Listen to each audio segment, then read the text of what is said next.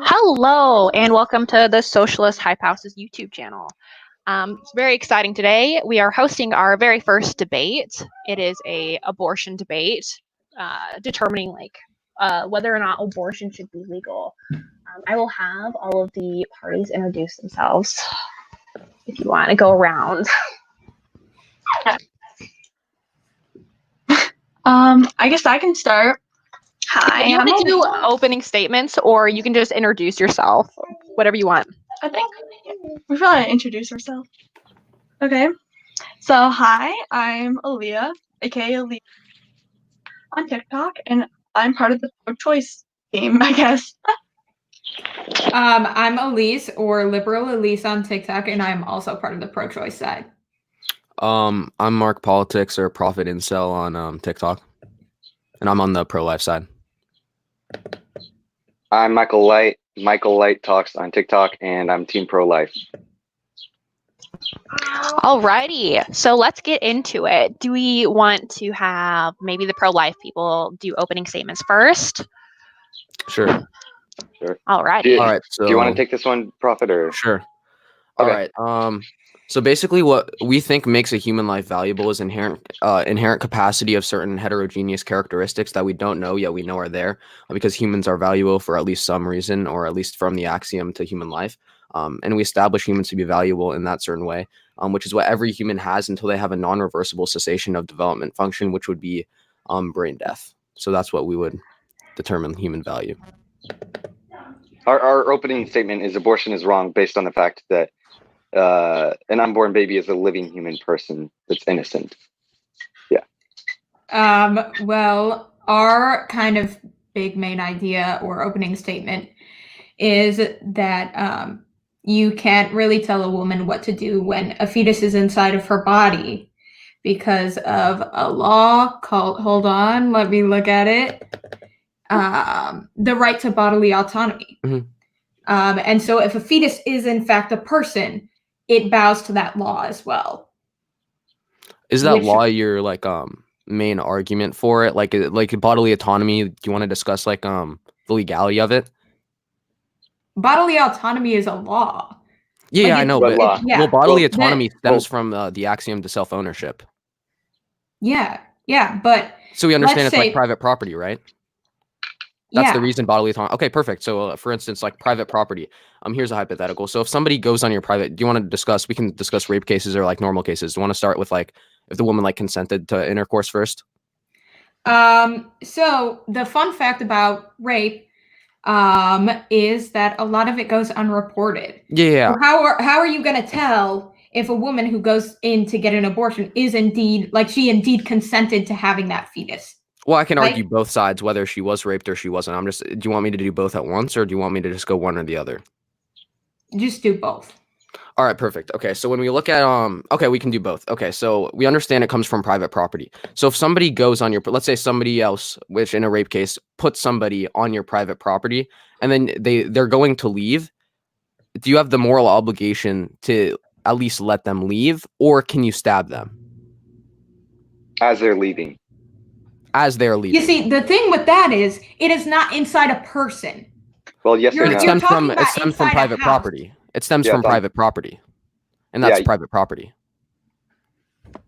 Your body is not private property. Your body is you. You're arguing it from bodily autonomy, which stems from private property. Like that's why we have bodily autonomy. Do you know what bodily autonomy is? Yeah, when you can do practically anything inside of your body. But then again, it stems from private property. So I'm arguing this. I'm giving you a hypothetical where it's private property. Bodily autonomy is when someone can't use your body without your consent. I.e., you can't be forced. No, let me finish.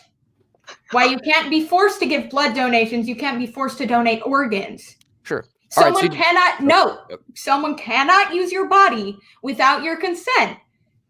So if a fetus is using your body when you were raped, you are legally allowed to take it out, even if it means the death of the fetus. It doesn't matter if someone's life is at stake. You have the right to choose what happens to your body.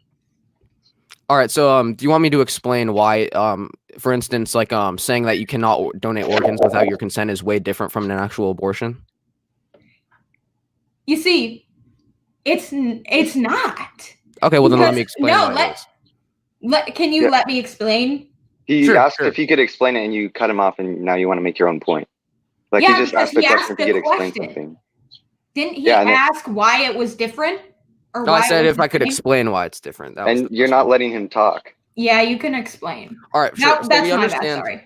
It's totally fine. So we understand that there's a difference between let die and well, essentially the right not to be killed and the right not to die. So if you do not donate your organs to somebody, that person does not have a right not to die. Therefore, you wouldn't be forced to give your organs. However, in an abortion, there's the thing called, you know, the right not to be killed. And that's a way different from the right not to die. So the right not to be killed. So actually, I'm what's called an evictionist, which isn't necessarily pro-life, but it's definitely not pro-choice.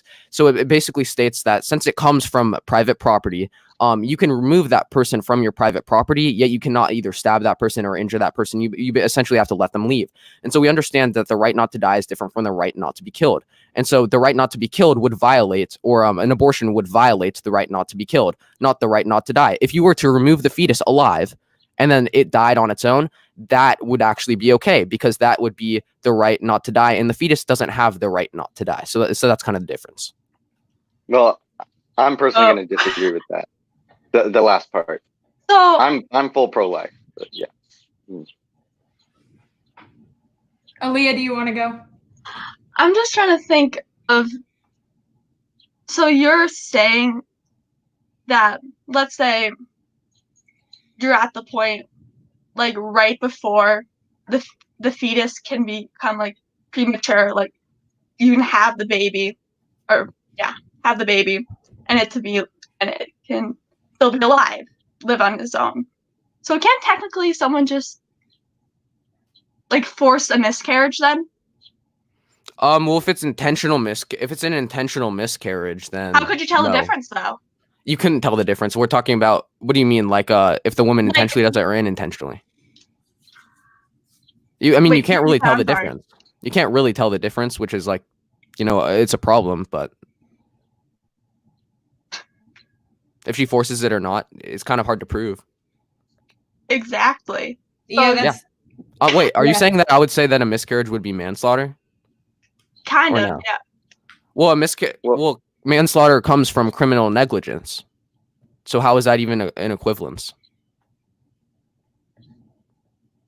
The woman's not being criminally negligent if a natural miscarriage happens. But how would you know that it was a natural miscarriage? That's what my point is.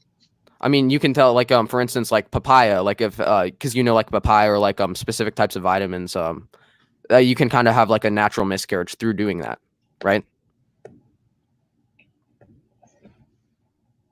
I mean, if the burden of proof is on whoever's prosecuting her to prove it, and if they can't, then sure. But You But see, it's- that's where a lot of the problems come in. We were actually Yeah. researching a lot of countries that have made abortion illegal, and a lot Sure. of times what they do is they put countless women who had miscarriages in prison for 30 years. Like Well- right after they had a miscarriage. Imagine Well, being a woman who had a miscarriage, your child died, and then you Well, get sent to prison. I think that argument would be good if you were asserting that we were arguing that after a woman has a miscarriage, we would want her to go to jail for 30 years, but I don't think that's what we're arguing. How do you know the difference between a miscarriage and an abortion? We're literally debating about abortion. So this debate is only about abortion. Yeah, Okay, and how do you know the legality difference of between it. an abortion and a miscarriage? An abortion is a specified, like there's a specific Yeah. outline for what makes an abortion an abortion. It's objective whether there was an abortion or whether there wasn't. It's not abortion is not a subjective term, right? It's not subjective. It either happened or it didn't happen. So if it's a Right now- miscarriage, then it's not an abortion. We're talking about the legality of abortion. Yeah. So if you want to make abortion illegal, how are you going to make sure you're putting the right women, like the right women are getting punished? Because then well, first of all, to prosecute somebody, you would first need evidence that that miscarriage was not natural. So, first of all, that kind of disproves the claim that in some of these countries, like you were stating, where they would have a miscarriage and they would go to jail for 30 years. However, the burden of proof would be on the prosecutor to prove that miscarriage was not natural. And it would be on the burden of proof, if they were to prove that, on the mother to prove it was natural if they did prove that it was not natural. But how are you going to tell the difference? Because obviously in countries that do have it, we're looking at places that currently are like having problems with this today.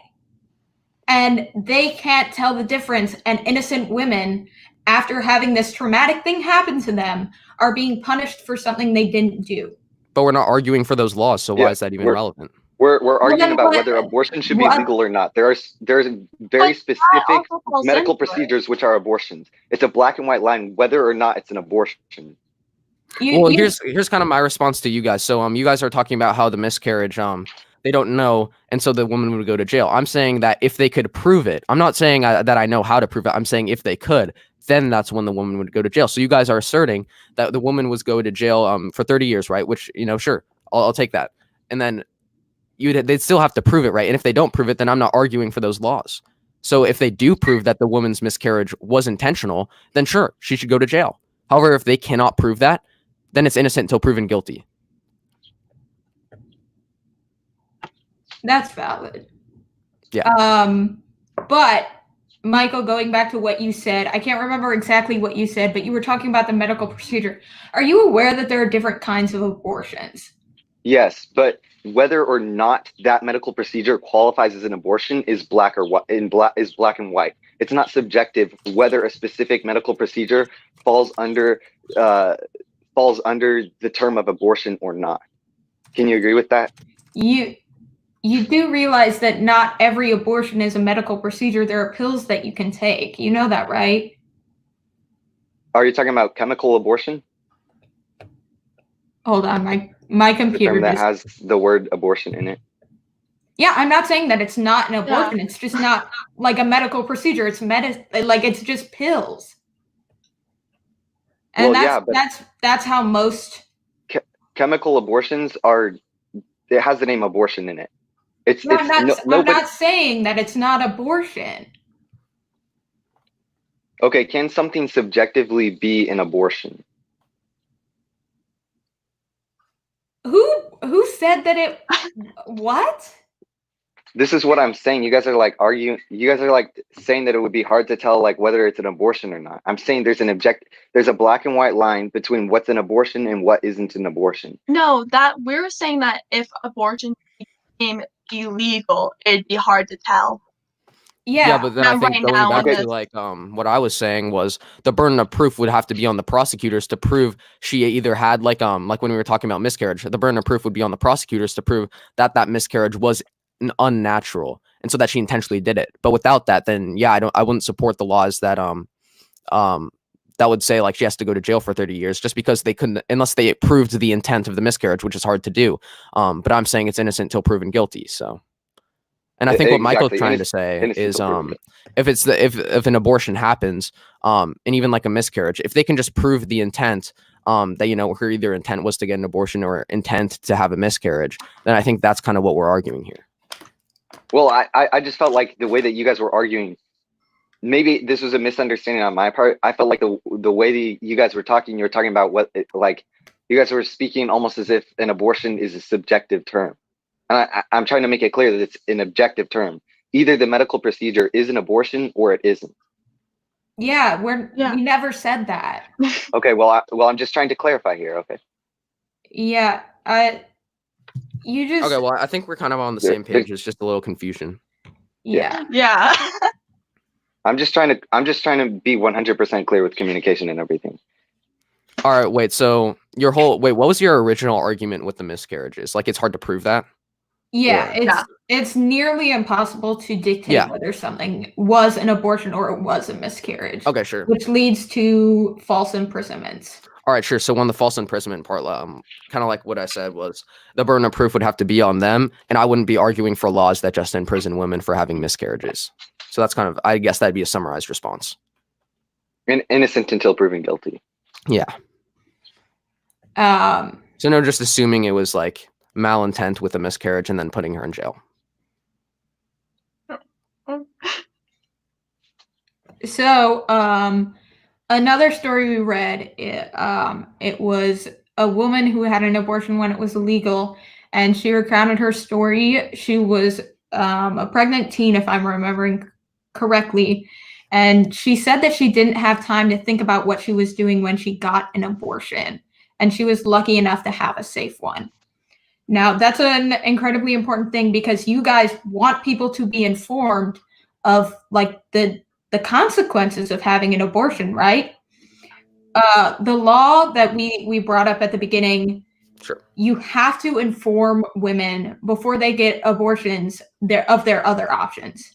They Sure. have to be taught everything on both sides before making the decision. And Why? this woman, when it was illegal, felt that she didn't have enough time and didn't have enough space to make that decision, and that resulted in an abortion. Okay, so you're arguing that since she didn't know, it's justifiable. Is that kind of like the summary? Kind of. It's mostly you're not giving women time to think about the consequences of their action. Okay, sure. So just looking at like the pure deontology of the action, if we understand that the deontology, just to say what deontology is like the actual action itself, not kind of looking at like the consequentialism or the utilitarianism that kind of happens afterwards. So if we look at the deontology of the action and we understand that the action itself would be bad, so you're arguing like since she didn't know it would be justified, or that since she didn't know she should be given liability or or non-liability? Because if we look at if like somebody kills somebody, but that's their only option. There's obviously either the judge is gonna be either nicer to you or like understand your situation. So obviously there would be some exceptions. But can you clarify kind of what the situation would be? Elaborate more on what it's just like she didn't know, or she literally had no idea like the consequences. Oh, like she wasn't informed what an abortion was. People didn't talk about it, right? Because it was seen as taboo. When you do that, women aren't informed and they make harsh decisions and put themselves in danger. So then can't you just make it so that abortion agencies just have to inform you of all the options, and then that kind of solves your whole problem? They do that. Yeah, they do Okay, that already. This story is from like 50 years ago when it was illegal. Well, if it's from 50 years ago, then why is that kind of relevant now? Because we understand because we're talking about abortion being illegal. It wasn't really illegal 50 years ago. It was illegal in some states, but it was also legal in some states. It depended on the state in which you were at. Before Roe v. Wade, it wasn't necessarily illegal across the whole board. It was only in certain states like Texas. Yeah. Oh wait, I have a question about your women lived in those states. Yeah, I know. I'm just saying there's. Okay, yeah. Oh yeah. I'm just clarifying that it's never been fully illegal, just in some places. Just a question about your point. When I asked you if the abortion providers tell you all the options, and then you said yes. How could she not know all of her options when the abortion agency told her all of her options? This is because that was an illegal abortion. So they did or did not tell her options? They did not, because it was an illegal abortion. So then why did you answer yes? Because I thought you were talking about right now. So then why does the responsibility fall on other people to inform her that the action of killing would be wrong? Because she doesn't see it as killing. So then if we make it, I don't think perception changes the deontology of the action, though. If I perceive killing you as a good thing and then I kill you, that doesn't justify killing you. Pure perception is a subjective morality argument. You're saying that killing is never justified. I'm saying it's just. Oh no, I think it's justified. That's not what we're saying. It can be justified in specific situations. Okay, but it's an innocent woman. You don't know her situation. What if it was justifiable? How would it be justifiable? Yeah, that's a good question. Michael, can you say your exact stance on like abortion? You think it should be illegal in all cases, right? Yes. Are you aware that women sometimes get pregnant and then they have cancer and they can't get chemo because it could, kill the fetus? Okay. And if they don't have an abortion, then they're gonna die. Well, no, it's not as simple as that. They could get a preterm delivery. Are you going to let me finish my sentence, or are you going to talk over me? You can Okay. go. So in that case, they could give a preterm delivery with the help of medical professionals in the case where her life is at stake. And then um, after that medical procedure, the unborn baby would be born prematurely and it would die, but she would be able to get the cancer procedure, the cancer treatment. Abortion is not a medically necessary medical procedure. If it's gonna die either way, Hey. then what's Well, the I'm point saying in making it only illegal? in the cases where the mother's life is at danger can Yeah, she. but you're trying to make it sound like it's not abortion. At least that's what I'm getting. It's not an abortion. It's not an abortion because medical professionals don't call it an abortion. It either is an abortion or it isn't. And medical procedures, medical professionals, the people who invented abortion, get to label what and what isn't abortion. In the case where the mother's life is at stake, she can give birth to the baby prematurely with the help of medical professionals, and that's only when the mother's life is at stake. When it's for sure that her life will be at stake. But that just contradicts on your point, because didn't you just say all abortion should be legal? Isn't that still abortion? No, I'm not saying all abortion should be legal. I'm saying no abortion should be legal, and I don't think that women should be allowed to go through with this medical procedure unless it can be proven that her life would be at stake otherwise.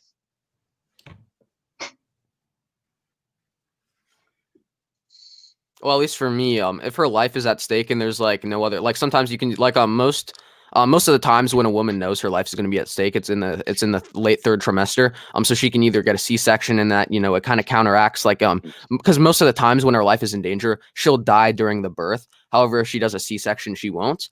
And so if she can get a C-section instead of like the birth, I would like have it like you do that. However, if there's like no other option for her, and it's either she dies or the fetus lives, she can yeah, sure, she can get an abortion there. Well, I disagree. I think that abortion should be completely illegal because there are other medical procedures in which if it is proven that her life is at stake, then she could give birth to the child prematurely. And there's no need to directly kill the child. If the mother's life is at stake, and only in that case, then she can be given the opportunity to have a medical procedure enacted upon her that would make her give birth to the child prematurely. Can I cite the definition of abortion real quick? Sounds Sure. good. The deliberate termination of a human pregnancy, most often performed during the first 28 weeks of pregnancy. Okay. So it's the termination of a pregnancy. If you have to kill it to save a woman, if it's in that first 28 weeks, sometimes you do. In Italy, there was a woman who died. No, let me tell this story. There was a woman who died because she couldn't have access to a medical procedure that she needed because she had a fetus and couldn't get an abortion. Okay, well, I'm going to go back on what I said. I do believe that it is killing it. It's not directly killing it. And I believe that this should only be practiced in the case where the mother's life is in danger. Okay. So we kind of established that I think that you are trying to label it as not an abortion, but sometimes abortions are medically necessary. If you want to call it an abortion, sure, call it an abortion, whatever. Yeah, call it whatever no, I'm not trying to make you upset. I'm just like it's okay to feel that if it's medically necessary. Well, no, it doesn't matter what you call it. The medical procedure is still the same. There's no need to directly kill the baby. Okay, so if the mother's life is in danger, then they can remove the baby from the womb without directly killing it. And it would kill the baby, right? Because they removed it from the womb, but they do not need to directly kill it and then take it out of the womb. Okay. So let the baby suffer more? Is that what you're saying? Yeah. Yeah, you do realize it would that die once it's taken out of the womb. I'm saying there's no need to directly kill it. An abortion is direct. The abortion, okay.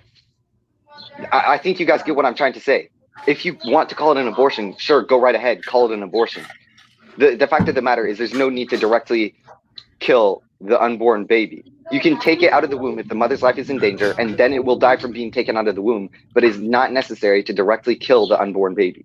Yeah, I get what you're saying. You're saying that, yeah, this kind of ties into what I was saying about like the right not to be killed and the right not to die. They're completely different. And the right not to die it would not be an abortion. It's just like the violinist analogy. If you sever the tubes, that's not you killing it. And an abortion, in a lot of cases of abortion, that would be directly killing it. However, the right not to be killed is way different than the right not to die. Because the right not to be killed is direct and the right not to be killed is indirect. So when the fetus dies indirectly, sure, the action before could have caused it to be in that situation, yet it's dying of indirect causes. So yeah, Michael, I kind of understand what you're saying now. So what if for abortion procedures, instead of what they are, they just take the fetus out?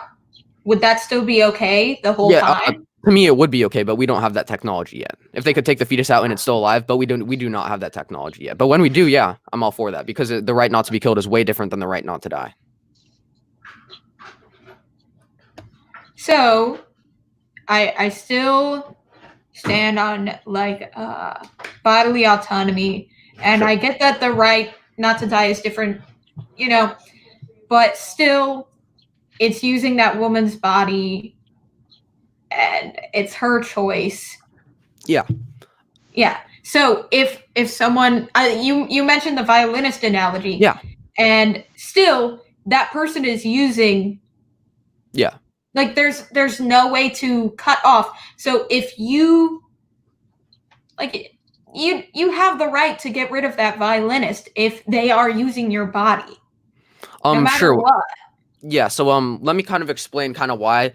Could you stab the violinist? Just a question. I assume you would say no, right? Even though it is using your body, you can't stab the violinist, or can you? I believe that if the violinist is using your body without consent, you have a right to defend yourself. So you would so she could, if she had the choice to either sever the tubes or stab it. But there is no choice to sever the tubes, right? Because that's kind of the whole argument. Yet. That's kind of like the whole argument, like they're connected by tubes. That's like the violinist argument.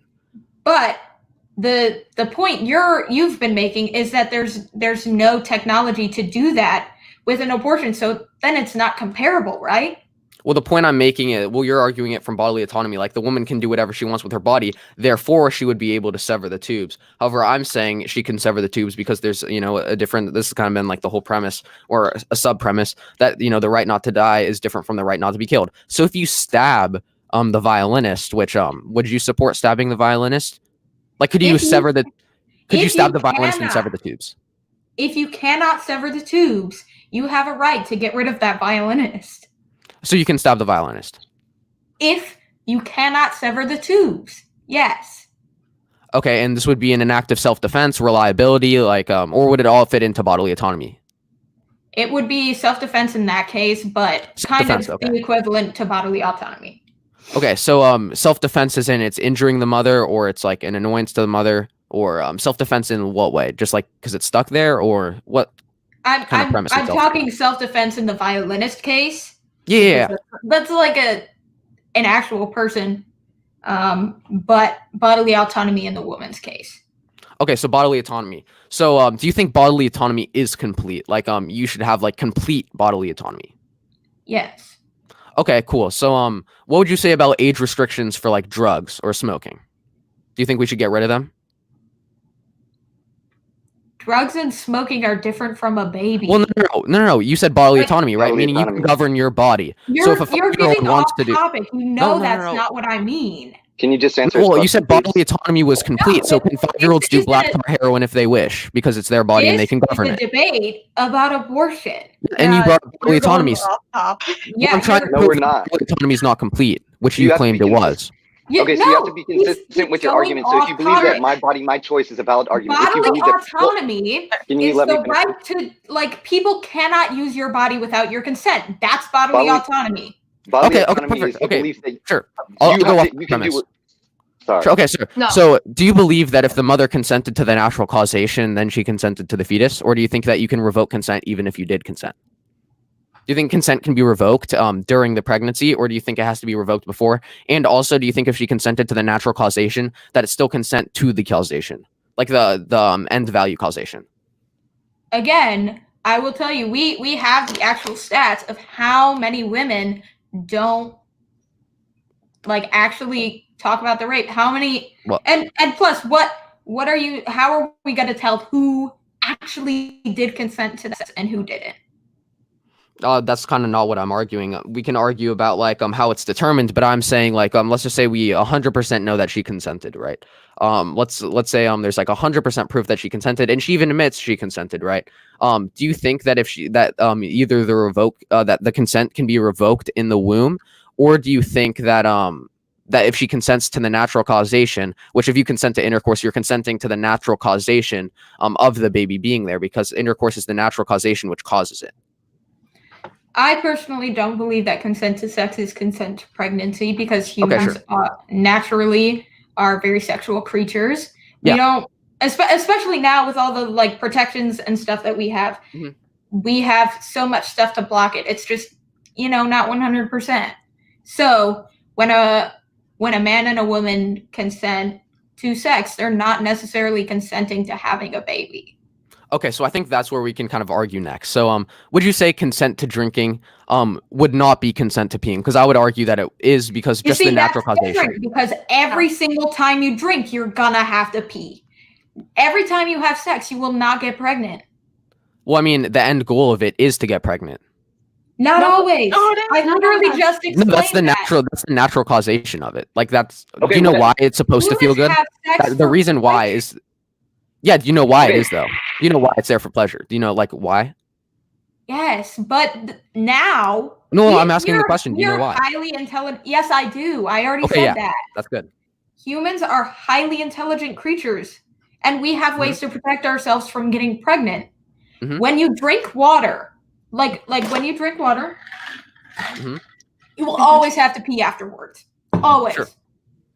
I'm gonna have to go to the bathroom in a couple hours because I just drank that water. So you're saying that the contingent variable change is that it's not always 100% going to happen when you drink water. What? The contingent variable change. Could you let me finish explaining what I was saying? Sure. Yeah, so whenever you drink water, you're going to have to pee. Whenever you have sex, there's only a possibility of becoming pregnant. It's not 100% guaranteed. So if I play baseball outside, right, there's only a possibility that the baseball is going to go and smash into somebody's window. But if it smashes into somebody's window, can I say, oh, there was only a possibility that it would smash into your window? I don't consent to paying through your window. I don't consent to actually helping you out and going through. You're comparing pregnancy to breaking somebody's window. Well, what he's trying to say is, this is I'm not sure if that analogy is kind of for this. It's more for precaution. Like if you say like, oh, the man or the woman had birth control, therefore she should be able to have an abortion. Basically, what that analogy is regardless of the amount of precautions you take, you're still responsible for the action at hand. So she, the woman, in the case, couldn't just avoid responsibility just because she took precaution. That's kind of what that analogy is there for. Stuff? I feel like I've been talking the whole time. Okay. So could you repeat that point for me? The one how you can't avoid responsibility even if you take precaution? Yes. Oh wait, Michael might. Okay, Gus, Michael, do you want to have Gus sub into you until you get like your Wi-Fi fixed, just so it's like still a 2v2? My Wi-Fi is fixed for right now. So okay. I mean, cool. Maybe in like 30 minutes or whatever. All right, sure. All right, so my point is, or Michael's point, but the analogy is, so there's a baseball player. He uses like a soft baseball, a soft bat. He wants to take as many precautions as he can, to not hit a window. And this is his neighbor's window. So he hits the window. And this isn't comparing it to like abortion in any sense. It's just saying if you commit an action, even with precaution, you're still responsible regardless of said precaution. Yeah, but isn't the woman still taking responsibility because she's trying to figure out what she wants to do? If she wants to have an abortion, that's her choice. Well, that would be avoiding responsibility. Would you consider? You do realize that abortions cost a lot of money, right? Yeah, it costs more than a window breaking. And it also costs more. Yeah, but I'm not trying to compare the window analogy to abort. What do you think? Cost is the only difference? Like if we just lowered the cost, then it'd be fine. Is that like it? No If one's cost is your saying only that. variable that's changing, then I could just. So if I change the cost variable, then it would be okay. Like, why are you bringing up cost? What's the point Yeah. in that? Yeah, oh Because yeah. What's the point in cost? the big thing with the window is you'd have to pay for the window, right? Sure. Women have to pay for the abortion as well. No, but like I said, I'm not trying to But it's compare it not. to abortion. I'm trying to compare it to Yeah, but when you responsibility. have an abortion, you also have like there are consequences that come with that too. But Well, isn't it the whole doesn't point that matter. there's more It's- consequences with birth? The baseball analogy is definitely a straw man argument. I just have to say that in general. Why? No, it's not. Or, Do you yeah. know what a straw man means, though? Yeah, it's when we misrepresent your argument and then I make know- a point about that I argument. know you probably do. Michael, do you know what a straw man is? Yeah, it's misrepresenting an argument, like you just said. Yeah. I just wanted to make sure because I know you've straw man multiple of my arguments on TikTok, and then when I call you out, you say, "Oh, but I didn't insult you." So I wanted to make sure that Okay, you knew what that meant. Okay, that was me getting mixed up with ad hominem and straw man. Okay. Yeah, I know. I just wanted to make sure. Okay. So, do you want to go forward with the analogy? It's not a straw man. It's an analogy. And analogies only go so far, right? So we're only comparing certain aspects of the situation, not the entire situation. We're not comparing costs. Like, just because you pay money does not mean you're taking responsibility.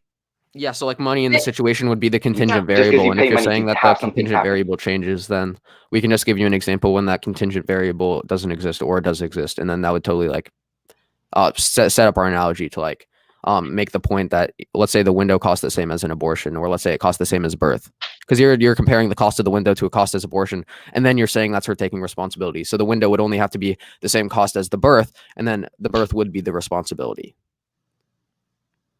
Because you're using the cost as the contingent variable to align it with abortion, and then you're saying, oh well, the window taking responsibility for the window would be getting an abortion. So all I'd have to do is change the contingent variable to birth, and then birth would have to be where she would have to take responsibility.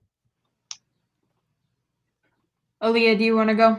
Unless you want to give me another contingent variable. Let me think first. If you have anything Okay, to say, you can say.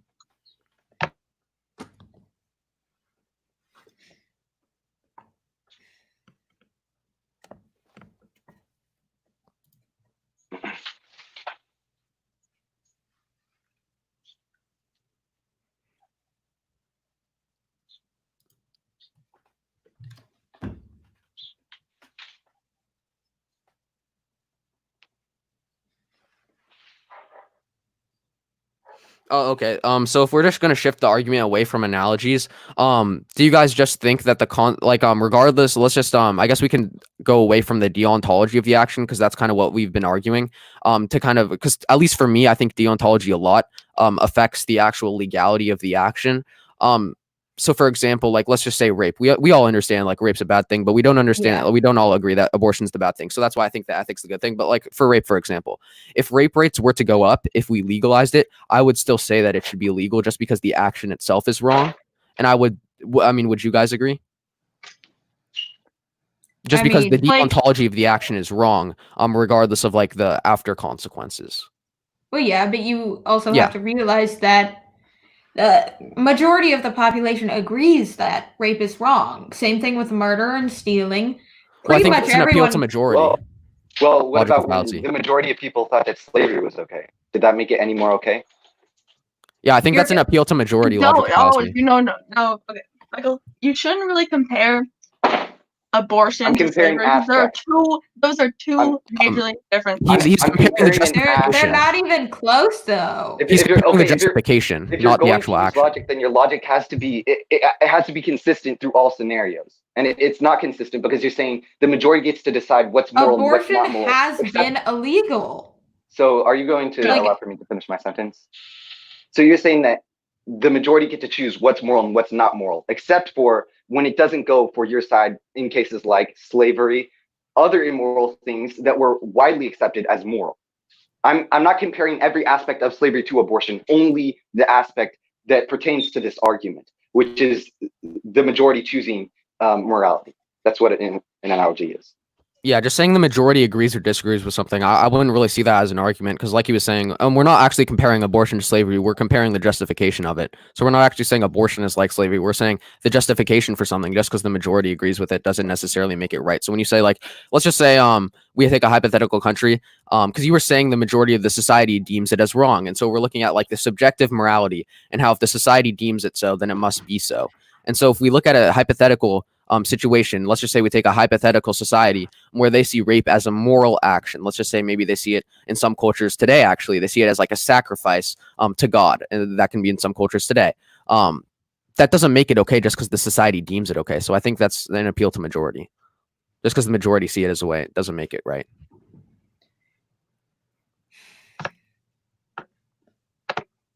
So then I guess going back, when you said like the majority deems rape wrong. So if the majority deemed abortion wrong, could the abortion be illegal then? If the majority deemed it wrong? Because I know some small societies deem abortion as wrong. Like, let's just say we take a county in, let's just say Alabama. Let's just say they deem abortion as wrong. Would it be justified that abortion be wrong there? Just because, like you said, the society deems an action wrong or right. We're talking about the nation as a whole. Wait, what's your definition for a society then? Because you said like if the society deems it so. Okay, then let's say a really small country. You said if like I said, the majority of this country says that rape's like. I'm pretty sure if you go up to someone, like literally anyone on the street and say, "Is rape wrong?" they'll say yes. All right, so what makes rape wrong? And who deems it so? Did you hear what just came out of your mouth? No, I'm asking this to find logical inconsistencies. Why do you think it's wrong, and who deems it wrong? Like, why do we all accept it as wrong? And why do we then make it illegal based? Because if the majority, what you're saying is, if the majority, like I agree that I'm not trying to say rape is good or in any sense at all. But what I'm saying is, if rape, we understand rape is wrong, so the society makes it illegal. So I'm trying to say, we're just going to use the country as the society, right? So let's just say there was a small country, because you want to argue this. I mean, country and society, they're kind of just semantical. But if we look at country, just a small country that seems rape is good, that doesn't make rape justified just because the country seems it right or wrong. That doesn't make it justified at all. So you can't just say the majority of the country sees it wrong, therefore it's wrong.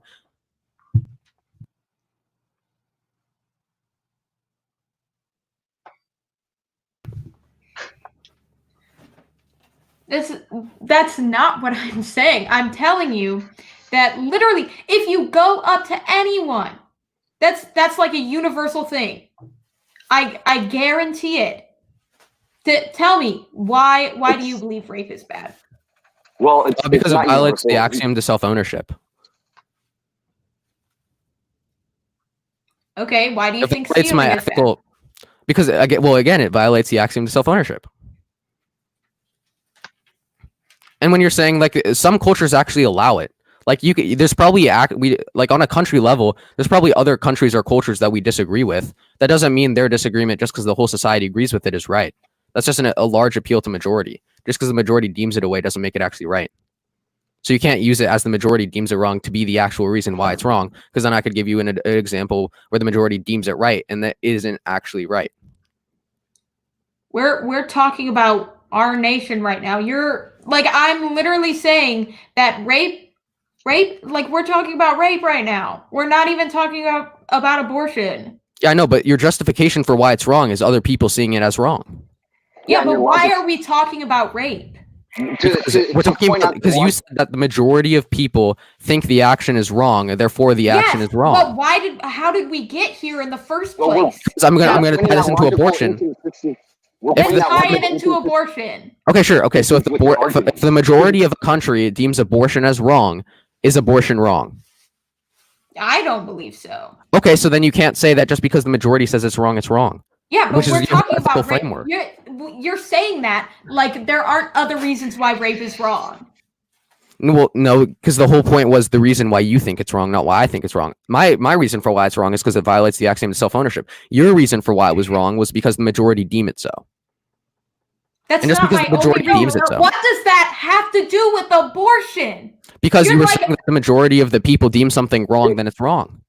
But We're not talking about why are we talking about rape? I'm gonna interject. Let's not keep the topic on rape or abortion, or I mean just rape. Sorry, everything was happening really quickly. It's kind of getting off topic. Yeah. Okay. Well, what I was gonna say is just because an action, like just because people deem the action as right or wrong doesn't mean that like should either be legalized or illegalized, and also because of the deontology of the action. Okay. Is there any other points anyone wanted to make? If we want to do like one last point, and then we can do like closing statements, and then we can take some questions from the audience. How does that sound? Because we're kind of circular arguing at this point. Like it's just going around. I feel like I've talked a lot. Abortion debates, honestly. Yeah, I hate abortion debates. They're so stupid. So what we can do, if you want to just summarize your points, and then we can move on to the Q&A. Alea, you can summarize ours because I feel like I talked the whole time. It's okay. It's okay. So basically, that we think that abortion could be the woman's choice because of bodily autonomy, and if our right to our choice has been taken away, there could be many cases of like false imprisonments because of miscarriages and stuff and things like that. All right, so I guess our closing statement. Well, for the miscarriages, first of all, I think that me and Michael proved that we aren't arguing for those miscarriage laws. Therefore, I'd see that point as invalid. And I think also the inherent capacity for the fetus. Our closing statement, I guess, would just be that the inherent capacity of the fetus trumps the right to bodily autonomy, and that bodily autonomy isn't complete.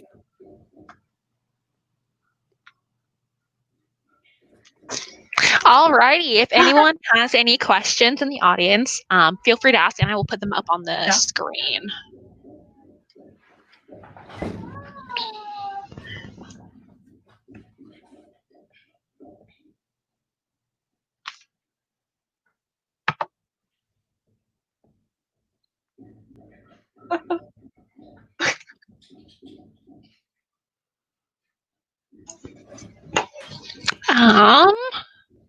Let's see. Let me scroll back through the chat and see if I can find anyone to pop. Thank you, Crazy Beard. We love you here. Wait, is that the guy who said Stalin did nothing wrong? Yes. Nice. I'm pretty sure in like Russia they see him as a hero.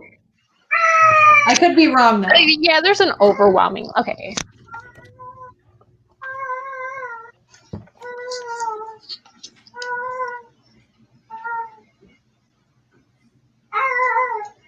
Okay, while we're waiting, I actually have a question for feel free to guys. ask. What's your idea on like birth control in general? Like, do you think it should be more widely available, or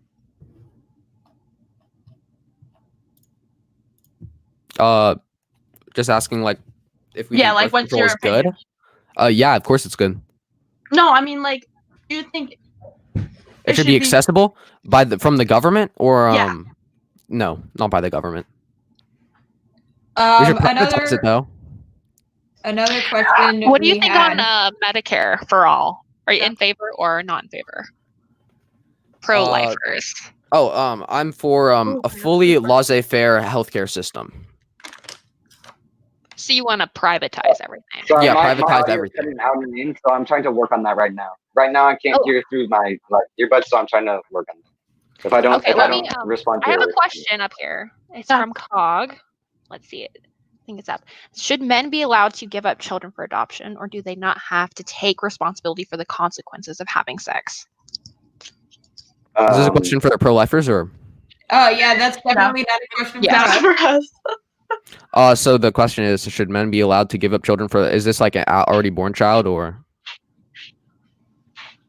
I mean, I think it should always be at least close to a joint decision. But I think since the mother kind of had to go through more of like the pregnancy and stuff, maybe she should have more of a say for adoption. But I think in all, it should probably be more of a joint decision, not one over the other deciding. All right, we got another question, and I think this is for anybody.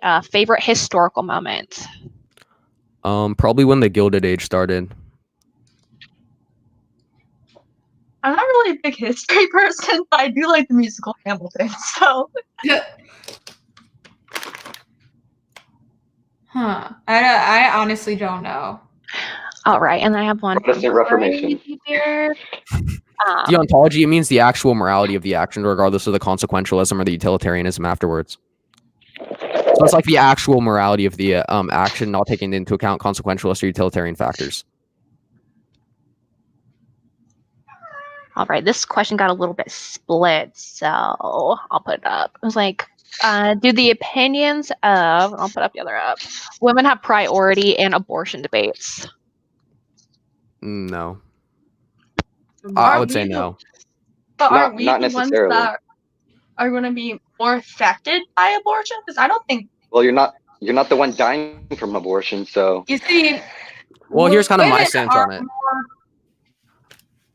more- Just because You it can affects you or not like, for instance, if I beat my dog in my backyard, that's not going to affect you at all. However, I still think you're qualified to have an opinion on if I should beat my dog or not. So I think regardless of who it affects or not, I think we're all qualified to have an opinion on it.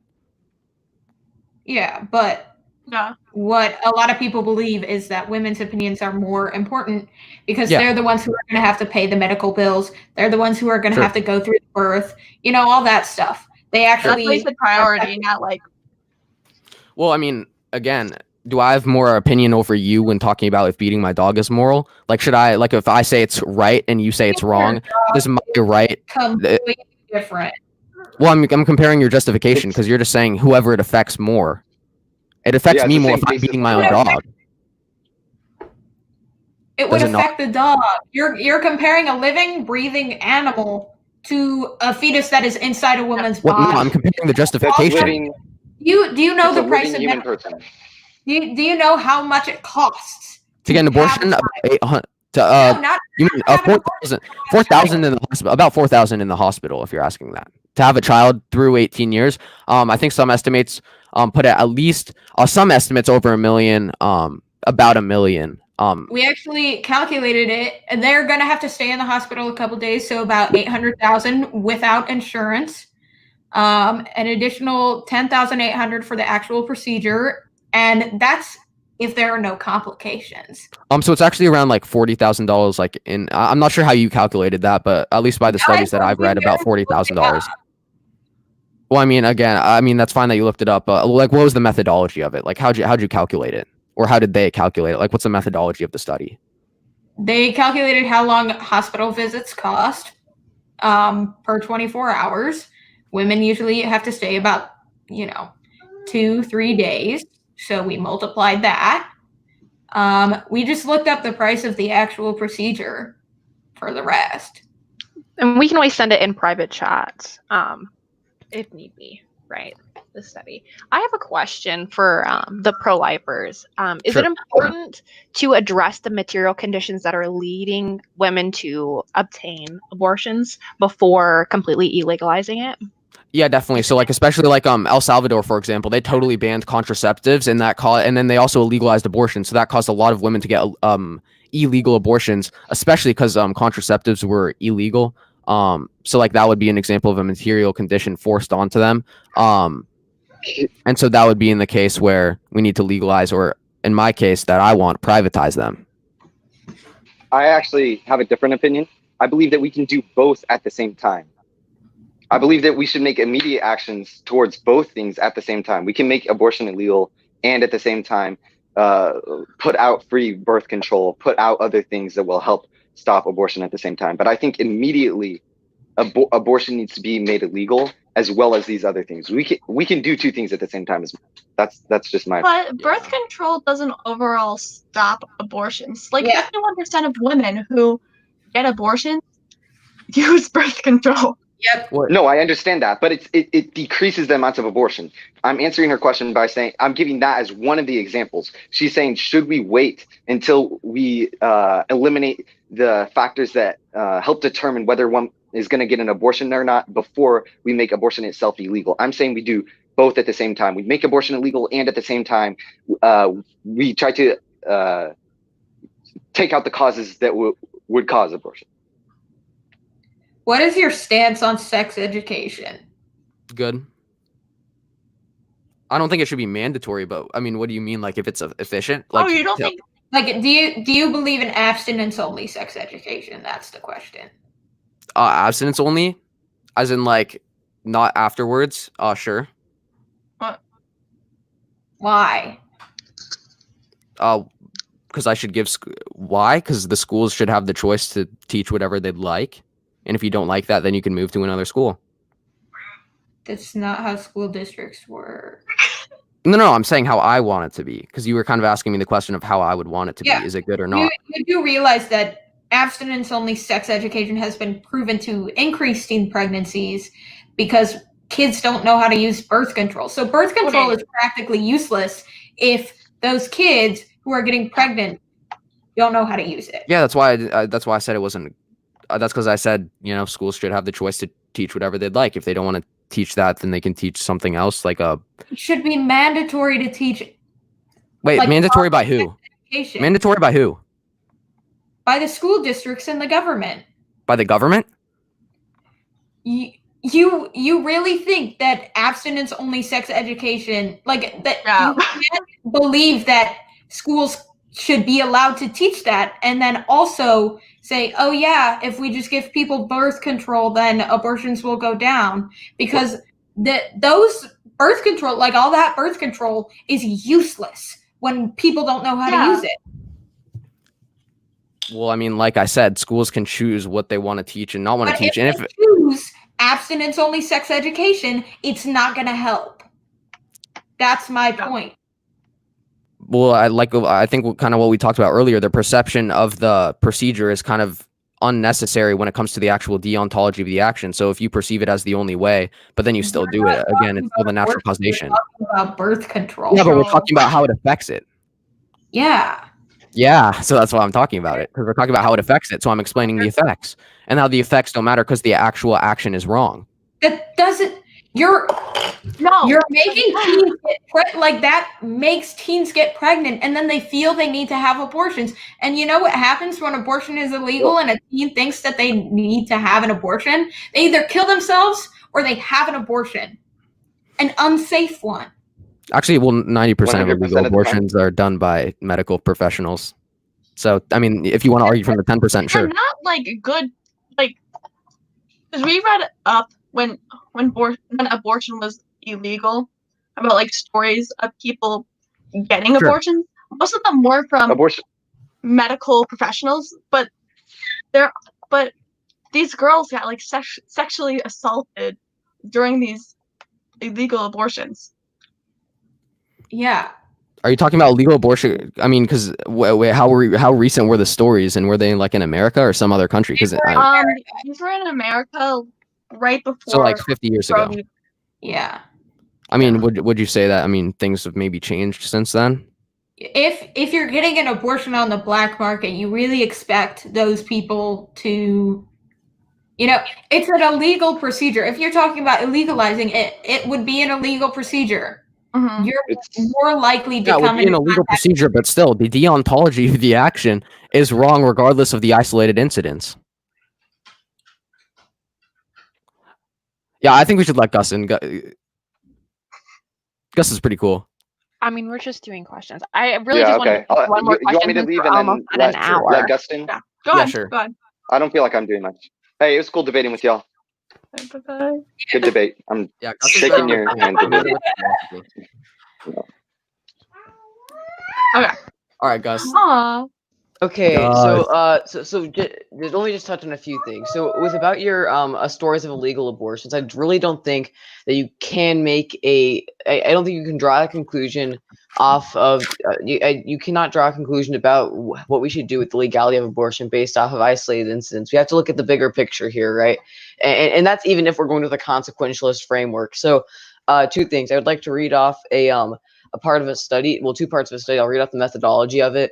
and then what it found in regards to abortion rates. And I'll also read the thing about legal abortions, and I'm going to try to make it I'm going to try to illustrate a difference between illegal abortions and unsafe abortions. So according to a study published by Dartmouth, they examined the impacts of changes in abortion policy on fertility-related behavior. We estimated regression models of each outcome considered as a function of the legal status of abortion, macroeconomic conditions, specific age compositions of all women of childbearing age, country and year fixed effects, and in some models, country-specific trends.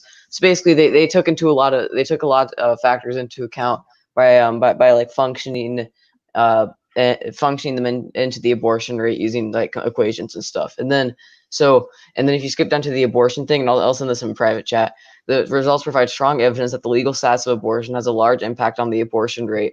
For instance, on all available abortion data, countries in which abortion is legal to only save the mother's life or for specific medical reasons have an abortion rate that is only about 5% of the level observed in countries where abortion is legal on request.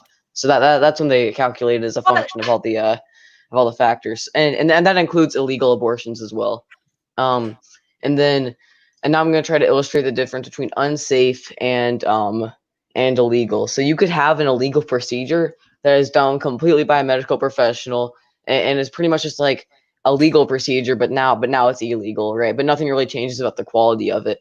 So the best number we have on this is from a paper that I already put in chat called "Illegal Abortion as a Public Health Problem." And if you go onto page it's page 2 of the PDF, and it says page 949 at the bottom of the the bottom of the actual paper. It says that second, and even more important, the conference estimated that 90% of illegal abortions are presently being done by medical professionals, and this was a report ran before Roe v. Wade. So basically, what it's basically trying to say that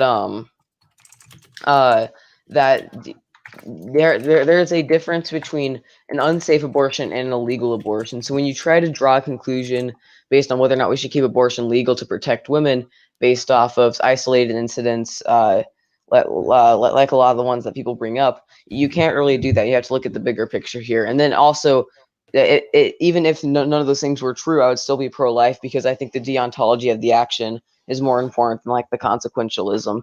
Because I subscribe to a more deontological framework as opposed to a consequentialist framework. There was a question in Okay, that was here. Okay. I think this is for the pro-lifers. The ontological theory is just looking at the action itself, not looking at like for instance, like if let's just say a woman had like increased they do have increased suicide rates after an abortion or after a birth. And I can send you, we have like about 5 studies, I think, on like how it increases suicide for abortion. So we wouldn't take that into account just because of the deontological action. So for instance, we look at the deontology of rape. We understand it's a bad action. So if rates were to go up, if we illegalized it, and rates were to go down, if we legalized it, we would still want it illegal based on the deontological framework. So that's like what deontology is. And there's also a little bit more to it. Like you judge things based off of like a specific set of rules, right? And that's kind of where because when you're judging based on the rules, you're not really judging based off of you're not applying the rules to the consequences. You're usually applying to the rules to the actual action. You know what most deontologists will do. So you basically have a set of rules, and you use those rules to determine. And then you got another question, just so you know. Okay, that's fine.